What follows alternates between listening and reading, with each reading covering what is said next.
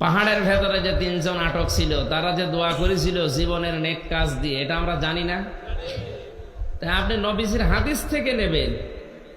উনি যে পীর সাহেবের ওসিলা দিচ্ছে, কোথায় পেয়েছেন মরা মানুষের ওসিলা দিয়া? আপনার জীবনের নেক কাজ যেটা আল্লাহর জন্য করেছিলেন ওইটার ওসিলা দিন, দোয়া কবুল হবে। 2 নম্বরে ওসিলা মানে নবীর সম্মান। কার সম্মান? বিশ্ব নবীর সম্মান। এই শব্দ দিয়ে আপনি দোয়া করেন। এজন্য আজানের পরে যে দোয়া পড়া হয়, অবতাগু ইলাইহিল ওয়াসিলা, কিয়ামতের ময়দানে একটা জায়গা থাকবে, সে জায়গার নামই হবে ওসিলা, সম্মানিত জায়গা। তা আমাদের বোঝানোর বিষয় ছিল, নবীজি বললেন কোরআন দিয়ে কথা বললে তারা সত্য কথা বলে, আর আমরাও শুনছি সবাই কোরআন দিয়েই বলছি। সবার কথা কি সত্য না, এটা বোঝার জন্য আপনার ক্ষমতা থাকা লাগবে।